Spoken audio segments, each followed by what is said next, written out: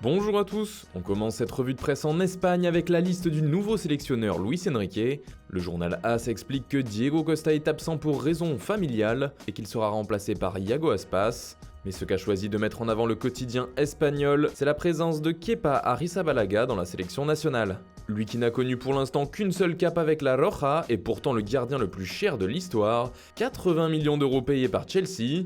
Le portier des Blues explique d'ailleurs qu'il se sent plus mature, mieux armé pour affronter des situations compliquées. Toujours en Espagne, le journal Mundo Deportivo revient sur un entretien de Léo Messi accordé à une radio catalane, entretien dans lequel il explique que le Barça se doit de remporter à nouveau la Ligue des Champions, ce dont le club est capable. La star argentine déclare également qu'il n'a aucun besoin de quitter le FC Barcelone, puisqu'ici il a tout, la meilleure équipe et la meilleure ville.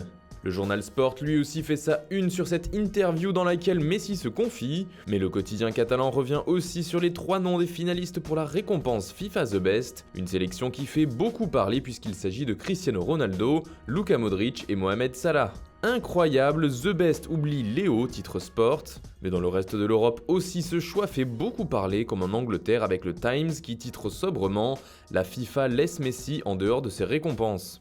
En France, cette sélection fait également jaser, mais pour une autre raison bien sûr, il n'y a aucun champion du monde parmi les 3 finalistes. Pourtant, Raphaël Varane a lui aussi remporté la Champions League et la couronne mondiale. Antoine Griezmann de son côté a gagné la Ligue Europa en plus de la 2e étoile pour la France. Le best du pire titre l'équipe qui rapporte que Didier Deschamps s'est ému de l'absence des champions du monde parmi les finalistes de cette récompense.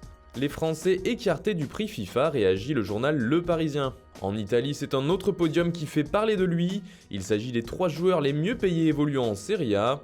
Sans surprise, Cristiano Ronaldo est en tête avec un salaire annuel à 31 millions d'euros net d'impôts.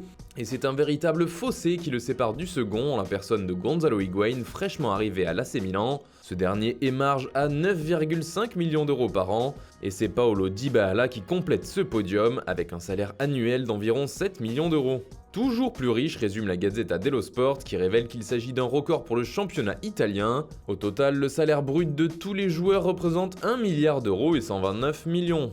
Enfin, on reste en Italie cette fois avec le journal Tutto Sport qui fait sa une sur un surprenant échange. Un nouveau gros transfert entre le Real et la Juve dont le club espagnol serait à l'origine. Il s'agit d'un échange entre Marcelo qui partirait à Turin et Alexandro qui arriverait donc au Real. Selon le quotidien italien, ce surprenant échange pourrait se dérouler cet hiver, durant le prochain mercato.